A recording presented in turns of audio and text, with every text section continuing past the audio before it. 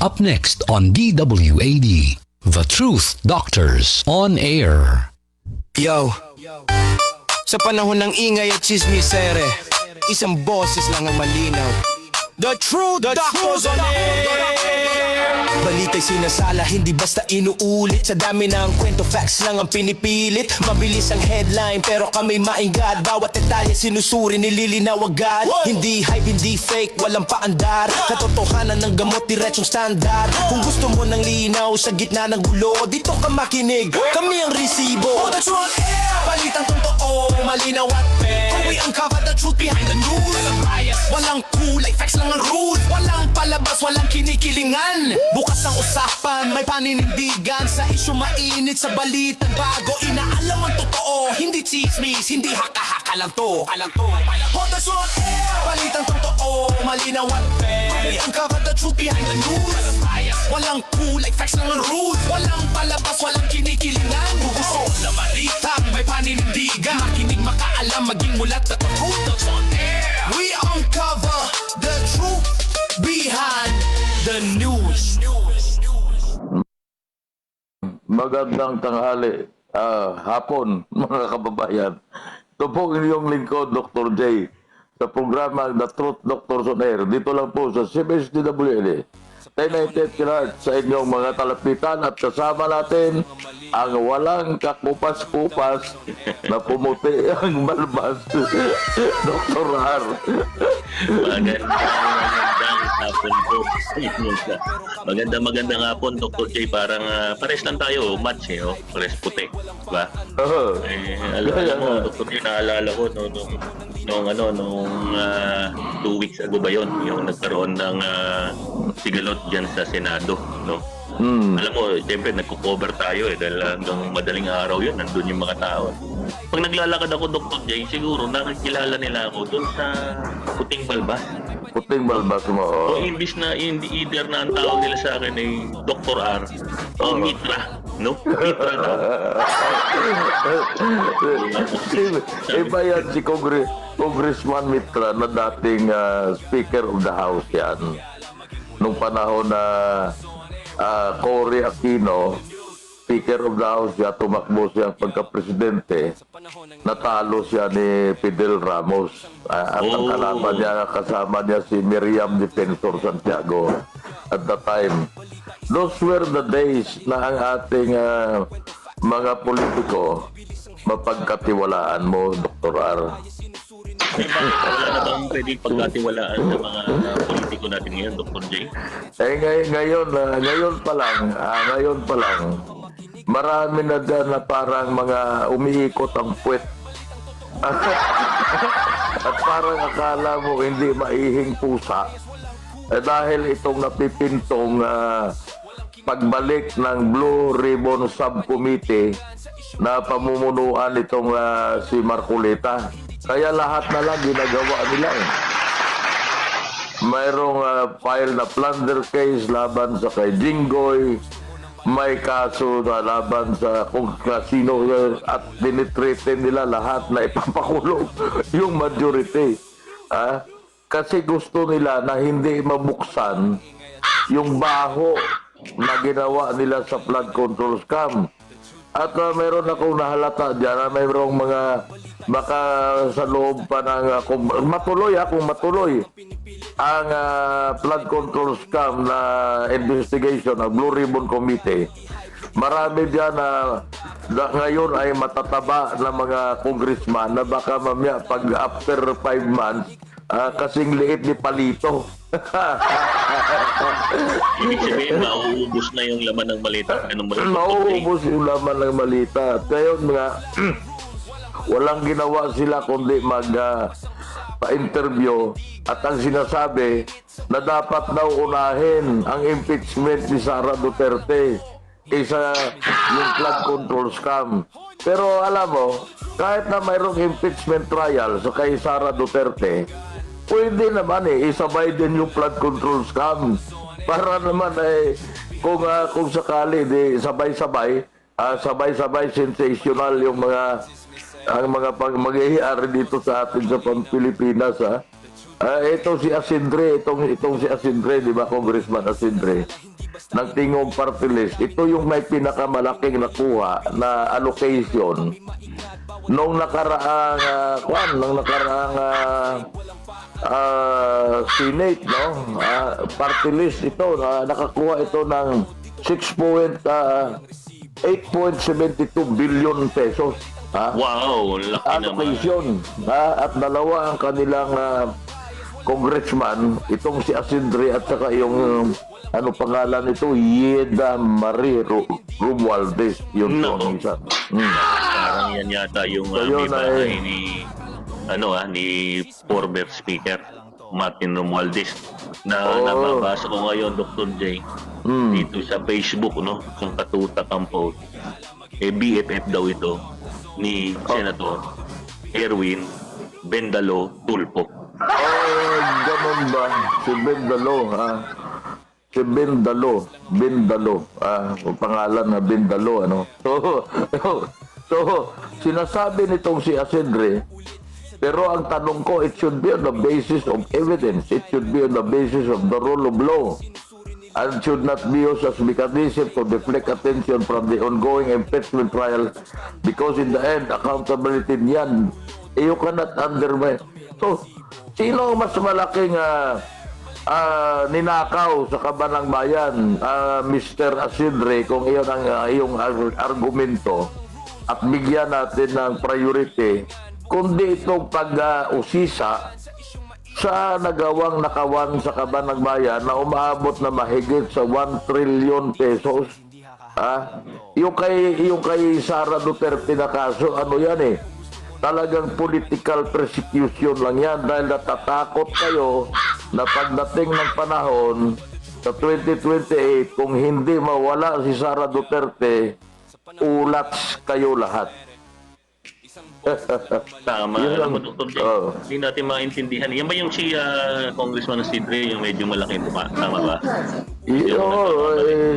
Malaking mukha niya na hindi ko alam kung ano ang kuha niyan. Yan ay Tingog Party List yan.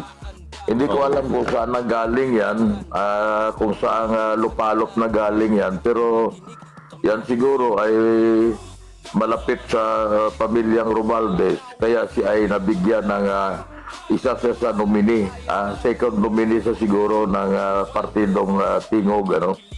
Pero nakikita naman natin na ang lahat ng halos ng marami, hindi lahat, marami na mayroong nakuha na mga allocation ay mga party list, Dr. R, nasa party list. Marami sila. At dito sa tinitingnan ko, 10 na itong medyo malalaki. Nakasama dito sa mga... Yung mismong kay, di ba, Congressman Saldico, dating Congressman Saldico, party list rin yata ito, di ba, dati? Kaya pala talagang itong si Tulfo, kung ano yung naggagalaiti din, ano? Dahil yung kanilang party list pala na AXIS, malaki din na nakuha, 7 billion pesos din. Tinalo pa niya yung kay Saldico na 6 billion. At yung, alam mo, hindi naman alam namin na natikman ito Senior Citizens Party List. Meron din nakuha pala na 5 billion pesos. Senior ka na ba, Dr. J? Senior ka na ba? Kung sa senior lang, pwede na tayo sa super senior. Meron dito nag-message sa akin, bakit daw Bendalo? No, bakit daw natin binilagyan ng additional na term na Bendalo itong Senator Erwin Tulfo, di ba? Naalala mo, Dr. J, di ba? Nung nandun siya sa Senado, alam ko, ito mismo, no, chinek ko na nga. Kaya ho siya nabansagan na Mr. Bendalo dahil meron ho siyang statement noon noong September 23, 2025 sa Senate Blue Ribbon Committee hearing, no? Dayon daw po sa transcript, sinabi po ni Senator Erwin Tulfo, di umano, sometimes you had to bend the law. You have to bend the law to be able to please the people. Sabi niya, mas mataas daw ang taong bayan sa batas. Tapos sinabi pa niya, am I right, Secretary Remulla? So yun po ang yun ang dahilan. Kaya po sinasabi namin na bend the law. At nakita ko naman na tumango si Secretary Remulla. Na para at nalito si siguro dahil abogado siya at na yung nagsasabi ng bendalo ay hindi abogado at ang nagsasabi lang ng bendalo yung gusto magpalusot. Nako. Dahil sa batas, walang bendalo. There is no such an animal, Erwin Tulfo, na bendalo. Kundi sa batas, kung ano nakasaad sa batas, yun ang nasusunod. Hindi pwede yung... Dr. J, meron pa pala siyang in additional, pero meron siyang additional statement. Di umano ito ang aking Ano research sinabi ngayon. niya? Oh. Sabi niya, hindi po batas ang pinag-uusapan, wala po tayong pakialam sa batas na yan. Naku, delikado Oh, ito. Tapos, sometimes you have to bend the law. Pero alam mo, in fairness naman to Senator Erwin Tulfo, Dr. J, kinilarify naman niya to.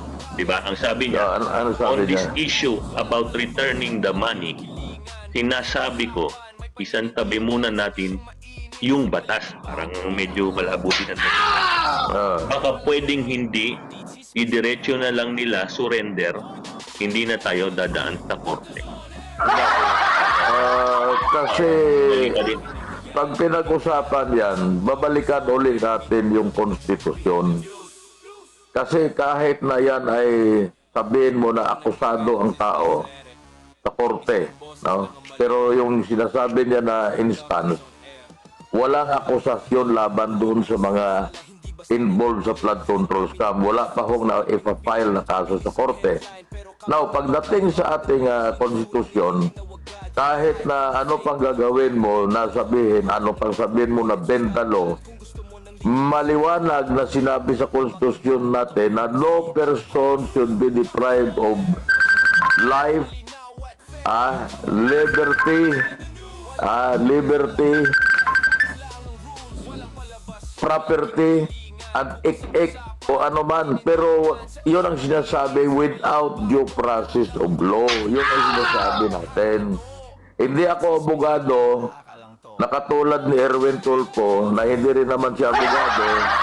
Pero kahit pa paano, may naiintindihan tayo ng kaunti sa konstitusyon natin dahil yun ay tinuturo sa atin nung araw sa eskwelahan ang konstitusyon. Ay baka absent siya. Baka absent siya nung tinuro yan. Pagpasensyahan na lang natin. Kasi kung absent siya, wala tayong makawa na sinasabi niya ay bendalo. Pangalan niya ngayon si bendalo. Pero Dr. J, alam mo, I'm sure ito'y clarify naman ni Senator Erwin Tulfo. Pero hopefully hindi po natin ito gagawing literal. Hindi po kasi pwede yung bendalo, no? Doon hindi natin pwedeng baliin kung ano ang nasa konstitusyon natin, no? Mabalik tayo, Dr. J, no? Mabalik tayo diyan sa sa flood control scam. Meron akong napanood Dr. J. Ito'y isang tagalang-galang na na parang ito'y political analyst yata. Kung hindi ako nagkakamali, Dr. J, no? Itong si Mr. Lito Banayo, no? Political strategist din ito, no? Medyo may laman ang kanyang sinabi, Dr. J. Mas maganda siguro para mabigyan lalo ng konteksto kung ano yung sinasabi natin. Pakinggan natin itong panayam kay Ginoong Lito Banayo tungkol dun sa sa mga nangyayari sa Senado, Dr. J. Okay. Yung po bang desire nila to stay in power is because somehow we already know that they're guilty of all the things happening around the country, especially sa corruption po. Pam, makikita mo naman sa ginagawa nilang obfuscation sa mga kaso ng corruption, yung mga malinaw naman sa lahat na siyang mga utak ng mga ginawang flood control scam involving the DPWH at ang budget, na pagpakamanipula ng budget. Makikita naman natin na yung mga wika nga miski sinong investigador, miski tangang investigador, malinaw na ayaw tawagin yung mga key, yung mga may susi sa impormasyon. Si Executive Secretary Lucas Bersamin, yung pamangkin niya na si Adrian Bersamin na itinuro ni Yusek Romy Bernardo na dinalhan niya ng kung ilang bilyon sa isang armored van sa Sa isang basement hotel. ng Diamond Hotel, hindi ba? Yes. Si Amina Pangandaman, siya nagre-release ng lahat ng pondo, di ba? Hindi ka naman makakuha ng SARO or ng NCA kung walang pirma ni Amina Pangandaman. Di, bakit hindi tinatawag itong mga taong ito? No? Mismo si Speaker Romualdez, dating Speaker Romualdez. At nung si Saldico ay nagpahayag ng kanyang mga siniwalat o kanyang mga confessions, wika nga, via Zoom from wherever he was at the time, ayaw ipatawag si Saldico miski via Zoom. Hindi ba? Bakit itong mga, kung sabihin natin, mga susi para malaman mo ang totoong impormasyon, bakit itong mga ito hindi pinapatawag at hindi rin inuusig ng ombudsman natin, hindi ba? Ang mga ito. So bakit? So kaya nga ang taong bayan, maaring for now natatauban itong impeachment, natatauban itong oil crisis, etc. But hindi naman ganyan katanga ang Filipino electorate. Maaalaala at maaalaala yan, nasa isipan nila yan, buhay yan sa kanilang damdamin, na kung paano winawaldas ang kanilang salapi, ang pera ng bayan. At pagdating ng Hulyo, Agosto, at ayan na naman, nagkaulan na naman, may bagyo at lahat. At binaha na naman sila, no? Sasariwain yan ng, these are things that you can never forget, no? Sir, Kanya malinaw na malinaw yung yung obfuscatory intention ng ating pamahalaan.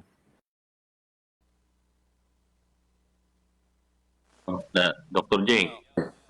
Yung sinasabi niyang obfuscatory, ang ibig sabihin, pinapalabo ang Yun. issue. Ganyan yan. Kino-confuse ang tao. No? Kino-confuse ang taong bayan.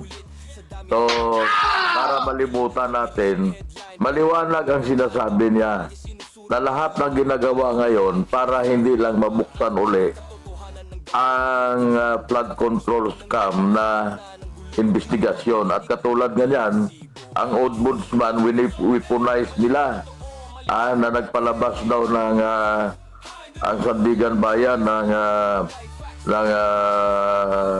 warrant of arrest kay Jinggoy Estrada tungkol sa plunder case, at hindi maliwanag at kini-question nga ng kampo ni Jinggoy Estrada na hindi maliwanag ang kung ano ang basihan ng plunder case, kasi yan ay minamadali na naman nila na katulad na ginawa din sa kay Bato de la Rosa. At katunayan, may nabasa ako kanina na ang isang husgado sa International Criminal Court ay nagtatanong kung saan ang papilis na galing sa mga korte natin sa Pilipinas para pagbabasihan ng akusasyon laban sa kay Digong Duterte. At ganito pa yan na doktorar, mukhang ang sinasabi ng isang korte, ng isang judge doon sa ICC, tinatanong niya ang prosecutor, nag-iipon pa pala kayo ng ebidensya, naghahanap pa kayo ng ebidensya laban sa kay Pangulong Duterte, dating Pangulo. So yun ay, alam nyo, nagpipishing expedition pa sila na katulad ng kay Juan, ng kay Sara Duterte din, naghahanap sila ng ibabato na mga ebidensya at mukhang yun na nga, kasama pa nga yung si Madriaga na talagang ubod ng sinungaling ang kanyang testimony. At so iyan ay ngayon nakikita naman natin na they're just weaponizing now even our courts to persecute those people na alam nila na kumakampi sa mga Duterte at gusto nila ngayon mawala para pagtakpan ang pinakamalaking problema ngayon kung paano pagtakpan itong baho ng flood control scam, Dr. R. Alam mo, Dr. T, mabalikan ko lang yung sinabi ni Pinoong Lito Banayo, no?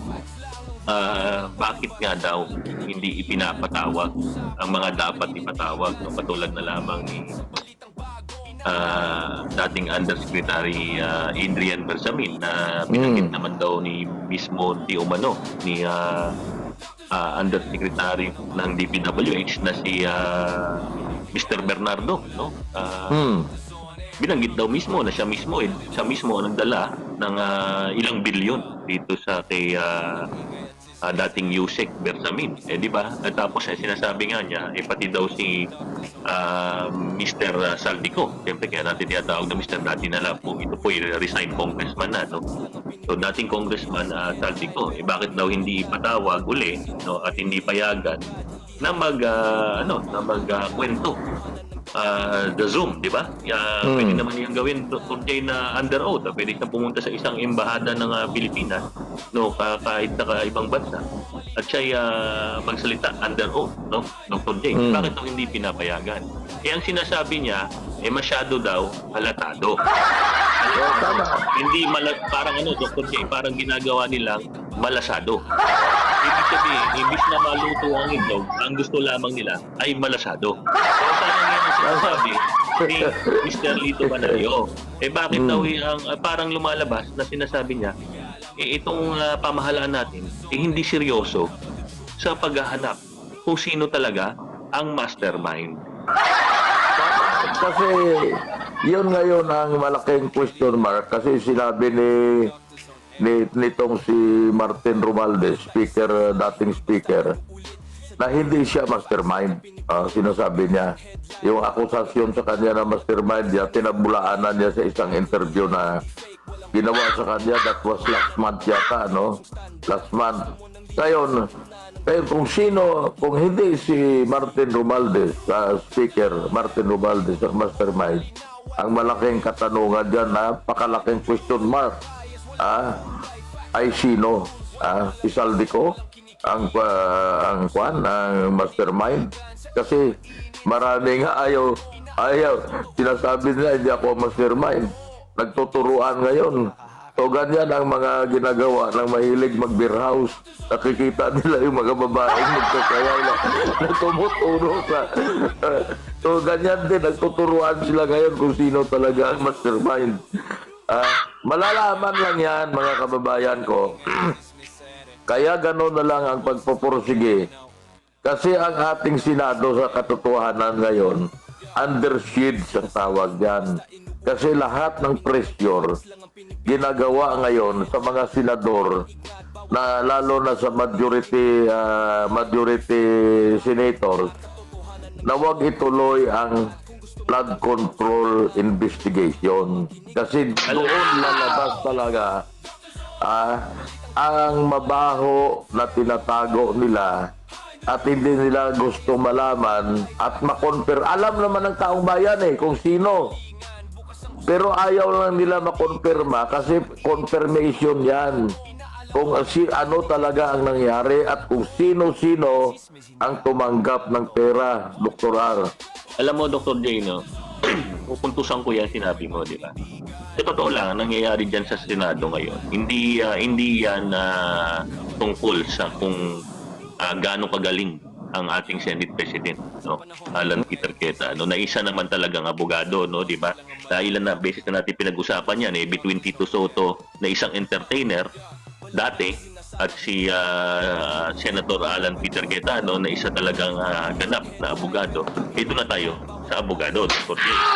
So, tama. ibig sabihin, hindi talaga ito tungkol kay Senator Alan Peter Queta, no? Ito ay tungkol sa pagkukontrol ng mga komite dyan sa Senado, dahil yung mga komite meron kapangyarihan niyang mag-imbestiga. Dr. J, no?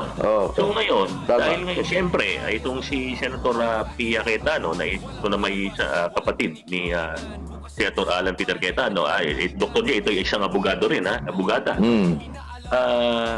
Siya ngayon yung hepe ng BRC, no, hepe o chairman, no? Pero kailan lamang nung isang linggo yata nagbuo ng isang subcommittee, no, para mabigyan ng atensyon mabuti at nakatutok na atensyon itong flood control, no, na scam, no. So nagbuo ng subcommittee at ito ay pinangungunahan naman ni dating BRC, no, Blue Ribbon Committee Chair, Attorney Rodante Marcoleta, sa ating Tama. Senador Marcoleta. So may medyo mabigat to, Dr. J. So di ba, bakit ba nila pinipilit na makuha nila uli yung liderato ng Senado? Number one, di ba? Siyempre, pag nakuha ni Wahari, itong si Senator Tito Soto na naman, no? Di ba? Siyempre, alam mo naman, magaling si Senator Tito Soto. Marami rin naman talagang fans yan dahil dati nga yung entertainer. Magaling yung school bukol, di ba? mag-entertain. So, pwede niya i-reshuffle agad yung mga komite. Di ba? Tapos, tsugi na agad si Senator Pia Cayetano. Effectively, tsugi din si Senator Rodante wala Marcoleta. na. Oh. Di ba? Tapos, mag-a-appoint siya ngayon ng tropa-tropa, di ba? Bakit? Para patayin itong mga hearing, tapos i-block natin yung mga subpoena kasi block yung mga subpoena, di ba? Tapos pwedeng natin, tabunan na muna natin yung committee report na yan kung meron namang lalabas na committee report. Ang isang pinakamasakit, no, na dapat maintindihan ng taong bayan, no, ay siyempre, kung mapapalitan na naman yung liderato ng Senado, lalong-lalo na kung gusto na naman ni Senator Tito Soto na siya uli, na dati naman talagang entertainer, hindi na natin malalaman at maintindihan yung buong kwento ng 18 Marie. Tama. Pag sinabi mo kasing entertainer si Otit, bumapasok sa kaisipan ko kagad. Ano ka ini-imagine ko kung nakasuot ng bikini itong si Otits at naka-boots kasi entertainer. Ibang klase naman imagination mo sa lahat naman na mai-imagine mo, Hindi Dr. kasi entertainer Ano kaya kung ganyan o naka-hot pants si Otits, ano? Anyway, so tama ang sinasabi mo kasi ang talagang mission nila ngayon, lahat ng pinapakilos nitong mastermind sa flood control scam, kung sino man yan, ay para mapigilan ang investigasyon. Yun ang kanilang kwan ngayon talagang yun ang kanilang layunin at yun talaga ang mission nitong mga taong ito na lahat ito kumikilos para mapigilan. Kaya hindi nga ako magtataka kung hindi ako magugulat kung sa Huwebes na sinasabi nilang uumpisahan ang flood control scam investigasyon, kung walang mangyayaring kudita ngayong araw, baka sa Huwebes susugurin ang Senado para mapigilan. Yan ay hindi natin alam kung anong mangyayari, ano? So yan ay abangan na lang natin yan at wag dapat bumitaw itong mga 13 senador na ito para talagang mailabas ang katotohanan diyan sa flood control scam na yan, Dr. R. Alam mo, Dr. Jane, di kasi tayo dito po sa aming programa, hindi ko kami naniniwala na sino ba nagsabi nun? Si Senator Ping Lacson yata na parang mafia, grupo, fraternity, parang gano'n. Hindi ko kami naniniwala dyan. Dahil hindi naman papayagan yan ng isang leader, lalo na sa pagkatao ni Pangulong Bongbong Marcos, na mangyari. No? So maaari pong meron, baka hindi niya alam, no? Hindi natin alam, baka hindi niya alam. Tama. Na nangyayari yan sa ilalim niya at meron na kumukumpas, Dr. J, no? Hindi natin alam. No, pero ang sinisigurado ko, Dr. J, no, dahil sa alam mo, sabi nga ni Ginoong Lito Banayaw, hindi po tanga ang Philippine electorate. Ibig sabihin yung mga botante. Alam niyo sa totoo lang, hindi lang naman mga botante ang hindi tanga. Pati yung mga anak niya na hindi pa bumoboto, alam na ang storyang yan. Kahit yung mga maliliit na bata, alam na maraming magnanakaw sa gobyerno. No? Kaya kung sino man yung mastermind na yan, Dr. J, ang akin lang sasabihin ay dapat yan ilubog natin sa Pasig River.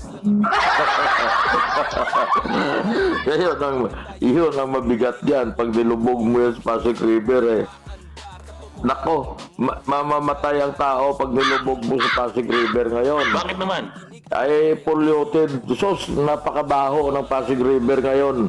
At pagka nilagay mo dyan, malalanghap niya yung laso ng mga heavy metals yan, lead, cyanide, at kung ano-ano pa na dyan. Ano? Nako, tos. Napakadumi ng Pasig River ngayon. Kasi akala ko sasabihin mo, Dr. J, lalong babaho ang Pasig River pag nalulog kayo, mastermind. Talagang matutudas ang taon pag nahulog sa Pasig River ngayon. Mag-ingat kayo dyan, ha?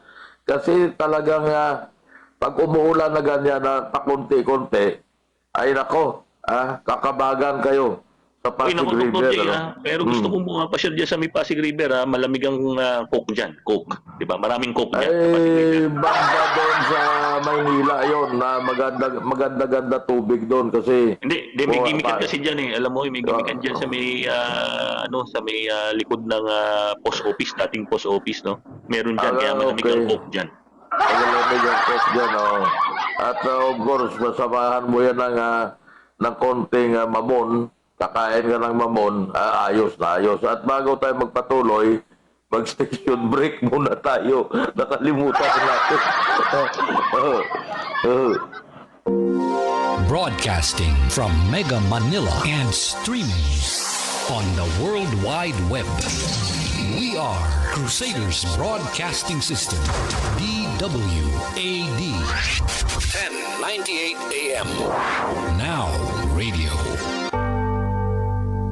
Ang oras ay alas 2:31 ng hapon at nakikinig kayo sa programang The Truth Doctors on Air dito lang po sa CBS DWD 1098 kHz sa inyong mga talapitan. Dr. R, ano sinasabi ng ICC? parang scam, parang lumalabas si scam yung kaso na ipinail sa ICC, di ba? Isipin mo yun, Dr. J, no? Imaginein mo, no? Parang gusto mo mang-snatch ng coke diyan sa 7-Eleven diyan sa may Pasig River. Pero ang gagawin nila, ikukulong ko na lang muna. Mamaya mo na lang i-snatch yung coke. No? Parang gano'n na nangyari dyan sa kaso ni dating Pangulong Rodrigo Duterte, di ba? Ibig sabihin, ikulong na lang muna natin ito. Tapos, bago na lang tayo magpresenta ng ebidensya. Isang taon na yata nakakulong si Pangulong Duterte. Isang taon na. Isang taon na. Dito nga sa atin, parang parang merong batas yan na hindi pwedeng i-hold ng polis. Diba? More than 72 hours yata, Dr. J, no? Kung wala namang ipinipresentang ebidensya. At hindi na paila na kaso. Oo, tama, di ba? Ito isang taon na. Kung ang isang judge, no, ito daw isang isang court judge diyan sa Netherlands yata. Itong babae. Yung babae. Sinasabi niya, bakit wala pa? Tapos parang iniasa lang ang lumalabas na ebidensya ay puro statement. Diba? O speech ba? Hindi ko alam kung tawag dito. Pero yun lang lumalabas. Digong. Yun lang yung Dr. J lumalabas, di ba? Na ebidensya. Nasaan yung totoong ebidensya, di ba? Tapos ito meron akong napanood itong si isang magaling na na congressman, itong si Congressman Egay Rice, kaibigan natin yan, maganda nga po, Congressman Egay, no? Sinasagot niya itong false prophet na abogado, no? Bakit isipin mo? Di ba? Nung nadukot si dating Pangulong Rodrigo Duterte papuntang Dahig, Dr. J. Hindi na naman presidente si dating Pangulong Rodrigo Duterte nung panahon na yon, di ba? Tapos walang nakapile na kaso sa mga local court. Sa local court wala. Oo, dahil lang sinasabi itong abogadong ito ay natatakot daw sila Matubato. Di ba si Matubato parang anak yata ni Madriaga, kung di ako nagkakamali. Yan ang mga nababasa. Mukha namang hindi dahil mukha mas matanda si Matubato kay Madriaga. Pero alam mo, Dr. J, ibig sabihin, fully functioning ng courts natin. At nung panahon na yon, wala nang clout si dating Pangulong Rodrigo Duterte dahil hindi na siya ang presidente nung panahon na yon. Ang presidente na ay ang mahal na Pangulong Bongbong Marcos. Pero bakit ipinadala sa Dahig? Di ba? Dr. J, di ba? Ito ngayon, ito tingnan mo Ito nga sabi nila na ang rason nila sa ICC na walang gusto mag-file ng kaso dito kay Duterte ay bakit si Jinggoy Estrada pinuputaktin yun ng kaso ngayon. Ay di functioning ang court natin. So ito ngayon, ang sabi ng Russia, yung si Maria Zakharova, the ICC is really a Western tool to implement new colonialism. After all, the ICC is not a universal organization. It is not part of the United Nations system. This is a quasi-association, an entity that appeared on the basis of an agreement between a limited number of states. In terms of population, most of the people of the world are outside the jurisdiction of the ICC. And yet, for some reason, the structure considers it necessary to disseminate its decisions all over the world without basis whatsoever. So ito yung sinasabi ng Russia, na hindi lahat ng bansa ay member ng ICC. At dito nga sa ASEAN yata, ang member dito, Cambodia lang. At ang mga kapitbahay natin hindi naman member ng ICC. So ngayon, na-weaponize ang ICC kapag persecute laban sa mga Duterte. Yun lang masasabi ko, wala nang ibang dahilan na bakit nadalhin mo doon at functioning naman ang mga korte natin na dapat sinampahan nila ng katakot-takot na kaso si President Digong, ex-President Digong Duterte dito sa Pilipinas bago nila pinadala sa ICC. They should have exhausted all legal all legal, anong tawag nila dyan, legal cases na yan. Wala naman Kaya tuloy ang judge kanina, parang nagtataka siya. Hinahanap niya ngayon yung papilis na galing sa korte sa Pilipinas. Yun yung napanood mo kanina, no? Oo, tapos sinasabi niya na para bang naghahanap pa ng ebidensya ang prosecution. So, anong klaseng prosecution niya, naghahanap pa ng ebidensya laban sa kay Duterte. At tayo lang naman, Dr. R, ang ating mga komentaryo, objective tayo kung ano lang yung tama. At sa aming pananaw, sa aming pagtingin, mali ang ginawa na pagpadala sa kay Digong sa dahig. Kasi wala naman katulad yan, naghahanap pa sila ng ebidensya. Ano ngayon ang kaso mo kung naghahanap ka pa ng ebidensya? Dahil sa atin sa Pilipinas, sa court of law natin, bago ka mag-file ng case sa isang tao, kumpleto ka na sa ebidensya kasi yun ang pagbabasihan ngayon ng piskal o ng Department of Justice para i-file ang kaso sa iyo at yun din ang pagbabasihan ng korte kung tatanggapin nila ang kaso laban sa isang individual, Dr. R.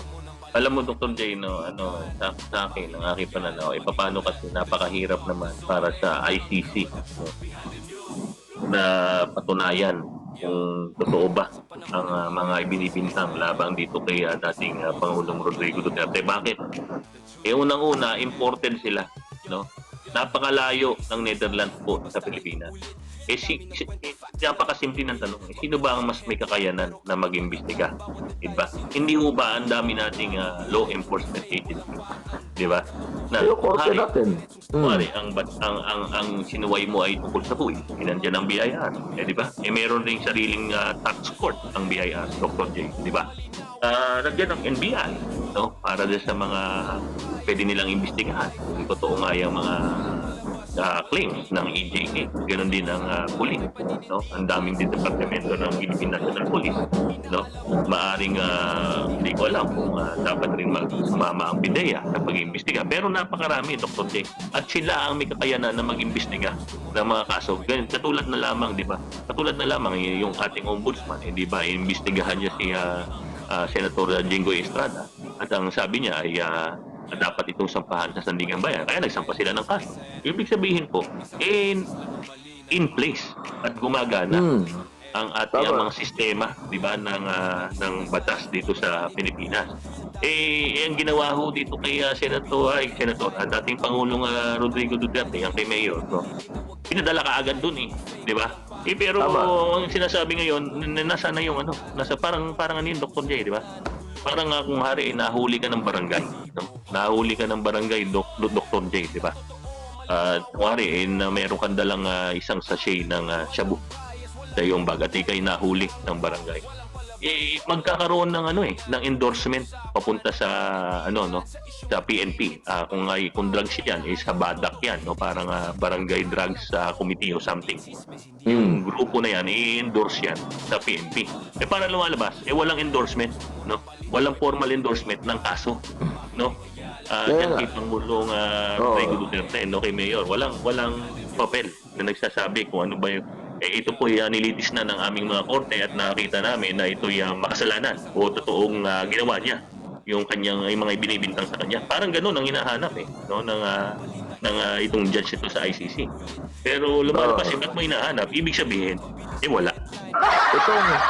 Itong judge na naghahanap ng ebidensya, presiding judge Joanna Corner asked for the evidence in Duterte's case only to discover the prosecution didn't even have it ready. They were still gathering it. Ito yung sinasabi ng judge na si Joanna Corner, no? Ang kanyang apelyido, Corner, K-O-R-N-E-R. Naku, Ito yung nagtatanong. Wala pala kayong ebidensya. Para kung they were still gathering it, parang nangisda para may maipakita doon sa ICC. Kaya tuloy nagtataka itong judge na, bakit yung dinala dito? Nang wala pala kayong ebidensya. Alam mo, Dr. J, tayo hindi naman mga abogado, pero sa tingin natin, napakasimple lang naman ng paliwanagan. Di ba ho? Ang sinasabi ho namin dito, hindi ho kami kampe sa masama. Pero kung ang ginagawa ho ay inaapi ho ang mabuti, ay hindi rin naman ho tama. Kahit naman ho sinong nasa matinong pag-iisip, Correct. no? Dapat maintindihan nila na kung ikaw ay nililitis at wala namang ebidensya laban sa iyo, yun ho ay totoong mali at hindi ho pwedeng itama ng mali ang mali din.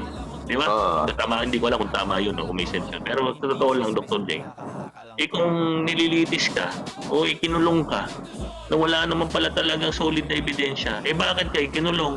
Hindi ko alam kung eventually makalaya si dating Pangulong Rodrigo Duterte diyan, masasampahan ba niya ng kaso ang ICC sa pagkulong sa kanya ng 1 taon, wala naman pala matibay na ebidensya. Di ba? Well, baka mamaya sasabihin ng ICC, hindi ho kami, yung gobyerno ho ng Pilipinas. Di nagkasisihan na. Ayun, nagtuturuan na. Tuturuan naman na parang mga beer house dancer.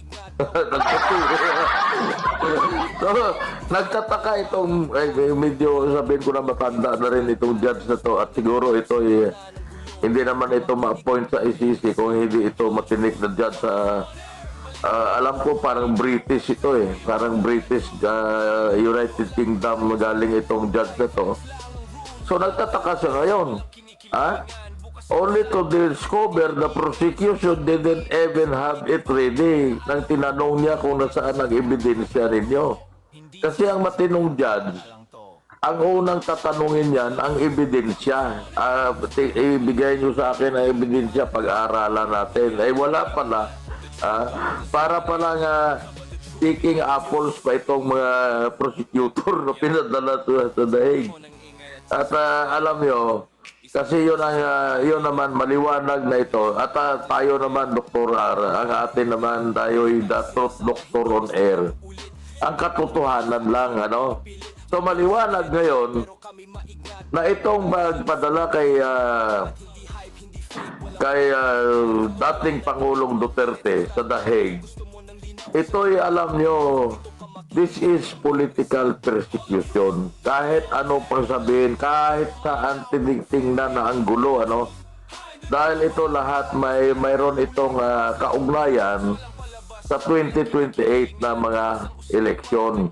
May mga grupo na gusto nila ma-perpetuate in power nasa 2028 sila pa rin ang maging makapangyarihan sa Pilipinas at alam nila na ang pinakamalaking balakid ay itong mga Duterte. Lalong-lalo na si Sara Duterte na hanggang ngayon hindi kumukupas ang kanyang trust rating at ang kanyang popularity na maraming nagsasabi ng mga batikan ng mga politiko na pagdating sa 2028 she is the one na magiging presidente ng Pilipinas, Dr. R. Alam mo, Dr. J, no, so sa ating dinadasal dito sa sa ating programa.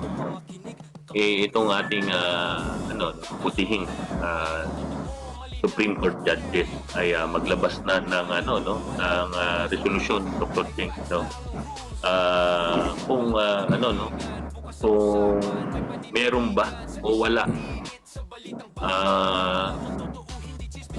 jurisdiction ang ICC laban dito sa ating mga mga nakaupong Philippine official. Kasi alam nyo po, hindi lang naman po ang grupo ni dating Pangulong Rodrigo Duterte, gayon din ang grupo ni Senator Bato de la Rosa ang magbebenepisyo kung sabihin ng Supreme Court, Dr. Di, ay wala talagang kapangyarihan ang ICC, no? Wala silang jurisdiction diyan sa ating mga nakaupong naglilingkod sa bayan. Abay, Dr. J, alam mo, pagdating ng panahon na hanapan na ng parusa itong mga nagnakaw sa kaban ng bayan, alam mo, kung ako tatanungin, that is a crime against humanity. Iisipin mo na dapat yung nakakaibat na healthcare na benepisyo na mapunta sa mga tao ay kasama sa nanakaw, Dr. J. Diba? Isipin mo. So yan ay crime against humanity. So pag kayo ho ay nilitis na ng bagong Pangulo sa 2028, pag inumpisahan na ho kayo litisyan, hindi rin ho kayo mapapadala sa ICC, di ba, Dr. J? Tama. Kasi katulad yan, yung nag-file nga ng kaso itong si Dr. Tony Liaczon, no? Laban sa kila Recto, kay sino ba itong si Recto? Executive Secretary Recto, no? Ralph Recto. Nag-file siya ng kaso na accusing them of parang yung sa misappropriation of funds ng PhilHealth. So ngayon, dahil ang rason ni Dr. Liaczon na imbes mapunta sa taong bayan na may magamit ngayon pag nagkasakit ang taong bayan, napunta ngayon doon sa mga unprogrammed funds sa tao kung ano man ang mga ibang mga project na ginawa ng nagpamahalaan, At kahit na ang Supreme Court nag-rule na dapat ibalik ang PhilHealth funds na nakuha na around 60 billion pesos, ibalik sa PhilHealth. So maraming sila ngayon kinakasuhan na pending na itong si Tony Liaczon, sinasabi nila na namumulitika lang, at sinasabi naman ni Tony Liaczon, Dr. Liaczon, na hindi siya interesado na tumakbo kahit sa anong posisyon at hindi siya interesado na ma-appoint sa kahit anong posisyon sa pamahalaan, kundi ang kanyang pinoproteksyonan ay ang karapatan at ang interest ng taong bayan. So ngayon, palakpakan natin si Dr. Tony Liaczon, at kung maaaring siguro one of these days ay baka pwede natin siyang maimbita na guest sa atin, kasi para maipaliwanag niya ng gusto itong kasong isinampa niya laban dito sa mga sinasabi niya na nagsalaula sa pundo ng PhilHealth. So yan ay malalaman natin yan ngayon. Dr. J, meron pang meron pang isang nakabida sa atin na video. Gusto kong mapakinggan ng konteksto ng sinasabi ni si Ginoong Lito Banayo. Maestro, please.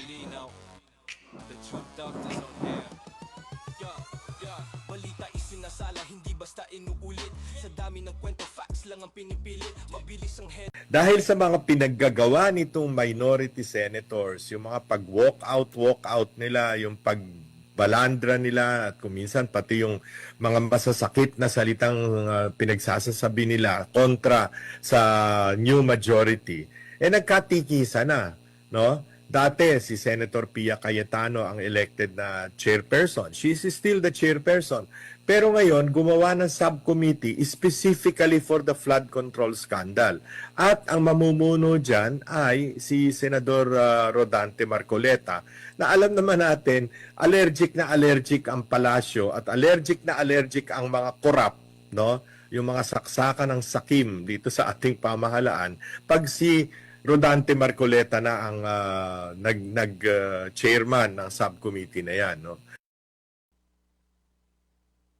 Ayan, Dr. J, no, maliwanag yung sinabi ni Ginoong Lito Banayo, no? Saksakan ng sakim. Saksakan ng sakim. Alam mo, sa amin po dito sa Dr. Soler, napakasakit naman o yung tingin ho namin, napakasakit naman sa dibdib ng sinabi ni Ginoong Lito Banayo. Dapat yan hindi ho saksakan ng sakim, no? Di ba? Simple lang, isang salita lang, Dr. J. Di ba? Demonyo. Tama. Alam mo, tama ang pag-usapan ng demonyo, ano? Maraming demonyo na ngayon gumagala, lalo na dyan sa malapit sa Commonwealth. Commonwealth Avenue. Di ba may na wala namang makikita na mga sungay. Wala pa. Kasi magkakasungay lang yan pag yan ay natudas at lahat ng kanila kaluluwa ay pupunta sa impyerno. Kaya lang pagdating sa impyerno, baka doon magbuo na naman sila, sasabihin kay Satanas ngayon ay, pare, magbuo tayo ng mga ghost project dito. Humingi tayo kay San Pedro ng budget. Pero Dr. J, mapigil kita dyan, no? Tatanungin lang kita, no? Bakit kaya nasabi nitong si Ginoong Lito Banayo na allergic ang ang palasyo, Dr. J? Ay, kasi ang diyan na-allergy ang palasyo sa mga nangyayari sa ngayon. Una-una, ang sinabi ni Pangulong Marcos na baka wala siyang baka pag si Sara Duterte ang nanalo, baka mamaya ang mga legacy project niya ay hindi ito tuloy. Isa yan. Kaya gusto ngayon ni Pangulong Marcos na siguro ang isa naisip niya na ang kailangan na susunod sa kanya na presidente ay sang-ayon sa kanyang mga ginagawang legacy project. So, isa yan sa mga Ngayon, yung Senado, yung alam niya na maari doktorar. Ito ang nakikinita ko. Ito ay maaring nakikita din ni Pangulong Marcos na ano ang mangyayari ngayon pagka natuloy ang investigasyon ng Blue Ribbon Committee at lumabas ang lahat na mayroong palang kaugnayan ang lahat ng mga politiko natin, ng mga leaders natin doon sa nangyaring pagnanakaw sa kaban ng bayan. Ngayon, yan ang gusto mapigilan ni Pangulong Marcos dahil ang mangyayari diyan baka magkagulo. Magkakaroon ngayon ng tinatawag, alam mo, parang mitsa yan sa isang tinatawag na katulad nung nangyari dati na panahon ni tatay nito ni Jinggoy Estrada na yung hindi pag-divulge doon sa account doon sa isang bangko na nag-trigger ngayon ng pag-kudita o pagtanggal ng suporta ng mga sundalo nila, especially ng Department of Defense na secretary na si Angelo Reyes. Kaya nagkaroon ng nag-resign si Irap Estrada. So ngayon yun ang iniiwasan kasi pag nakita ngayon ng taong bayan, alam naman natin na Dr. R na ang pasensya ng taong bayan ay nasa sukdulan na, nasa hangganan na at kunting kung saan pa konting spark baka magkaroon na yun ang gusto iwasan ni Pangulong Marcos at naintindihan ko, naunawaan ko ang kanyang concern kasi pag nagkagulo apektado ang ating ekonomiya at apektado ang pamumuhay nating lahat. At kung pipigilan naman nila yan, itong mga nagsasabi ngayon ng mga kongresista, at kung pigilan at magkaroon na naman ng kondita sa Senado, at mapalitan naman ang liderato ng Senado, nako, napakahirap na sitwasyon yan, Dr. R. Kasi baka mamaya, yan naman ang umpisa naman ng kaguluhan din, ano? Alam mo, Dr. Jane, no? Napakalinaw, no? Napakalinaw naman, napakalinaw pa na sa tindi ng sikat ng araw ngayon, mas malinaw pa sa tindi ng sikat ng araw na kung sakali mang mapalitan ang liderato dyan sa Senado. Tapos isito na naman si Senator Ping Lacson. Ang ilagay na naman nila bilang blue ribbon committee chair. Dapat yata pink ribbon committee chair na lang. Kung si Senator Ping Lacson na naman hindi halatang halata na ayaw nilang ipursige na ipatawag yung mga lumalabas na at nagboboluntaryo na nag-whistle blow katulad nitong 18 Marines. Di ba kung totoo na itong si Senator Ping Lacson ay gusto niya talagang makita ang punot dulo ng nakawan dyan relatibo dyan sa flood control scandal na yan. Hindi dapat pinatawag na niya ang pinatawag itong mga yung mga witnesses na ito.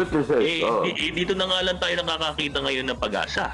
'Di ba? Pero nga sinasabi mo, magmula ngayon Lunes, June 1 hanggang June 4, no? Kaya ako, Dr. J, no, malakas ang kutob ko. May mangyayari sa Senado. Dahil tingin ko, merong isang kampo na pipigilan nila na mabuksan muli yung investigasyon na yan. Nakakatakot, no? Ibig sabihin, alam mo, ito naiiwanan ko lang to sa taong bayan. Kung ganyan ho ang mga klase ng leader na mananatili diyan sa Senado, kung pagtatakpan lang nila o tatabunan lang pumuli nila at sinasabi nila mas importante pa daw yung impeachment kaysa doon sa mga ninakaw sa inyo. Hindi ho totoo yan. Ibig sabihin ho, kayo mismo, yung interest niyo ho, ang dapat ho manatili. Diba? Ibig sabihin, nakawan ho kayo. Ano ho ba ang mangyayari? Sa totoo lang ho, ang impeachment, supposedly, dapat, ang tinitingnan lang konsepto, ano bang magagawa ng pinapa-impeach mo? Wala naman ho magagawa si Vice President Sara Duterte. Siya naman ho, isang Vice President lang. Diba? Kung siya yung Pangulo, marami siyang magagawa dahil lahat po ay nasa ilalim niya. Pero ito si Vice President Sara Duterte, wala namang magagawa yan eh. Diba? Wala. So anong magagawa niyan? Wala. Vice-Presidente lang yan. Diba? Ano bang silbi ng Vice-Presidente? Kung ma-impeach ang Presidente o mategi ang Presidente, siya ang kapalit. Ang role ng Vice President is just to wait, nag-iintay. She is or he is one heartbeat away from the presidency. Yun ang katotohanan dyan eh. One heartbeat away. Wala, matanggal mo siya, walang epekto sa ekonomiya natin yan. Walang epekto sa pagtaas ng presyo ng bilihin, pagtaas ng presyo ng krudo, huwag taas ng presyo ng mga pagkain. Walang epekto yan. Kahit magpatuloy siya dyan, wala din epekto yan sa kasi nag-aantay lang yan, wala naman siyang power eh. He has no power. Hindi naman siya kasama sa legislation. Wala siya, nag-aantay lang siya talaga. Ngayon, ang isa sa pinaka-mapanganib ngayon na panahon, na pagka itong hindi na ilabas itong katotohanan sa flood control scam na ito at hindi na parusahan itong mga involved dyan, yan ay dadalhin pa rin yan at malaking problema yan dahil pagdating sa gaganti ang taong bayan dyan pagdating sa halalan sa 2028, Dr. R. At, Alam mo, Dr. J, no, dapat ka iiwanan ko lang, no, matatapos na tayo, wala na tayong oras, no. Sa ating po mga tagapakinig, wag ho nyo lunukin. Wag nyo lang hong lunukin, wag na ho tayong papayag na hindi ho natin malalaman kung sino ho ang mga totoong mastermind. No, at dala ko ho, sa totoo lang, ako personally ilubog ko yung ulo niyan doon sa Pasig River, Dr. J. Kaya po ako magpapaalam na ito po si Dr. R, magkita-pita po muli tayo sa Miyerkules, no? Pag-aralan natin, Dr. J, kung bakit ayaw nilang makatakbo si Vice President Sara Duterte sa 2020. Sa Miyerkules po yan, pag-usapan natin yan. At ito naman si Dr. J. Kami po ay nakikinig kayo sa programang The Truth Doctors on Air. Dito lang po sa CBS DWAD. 1098 kilo sa inyong matalapitan. Maraming salamat at magandang hapon po sa inyong lahat. Malinaw at fair, we'll cover the truth, hide the news. Walang bias, walang kulay, facts lang ang rules. Walang palabas, walang kinikilingan. Bukas ang usapan, may paninindigan sa isyong mainit, sa balitang bago. Inaalam ang totoo, hindi chismis, hindi haka-haka lang to.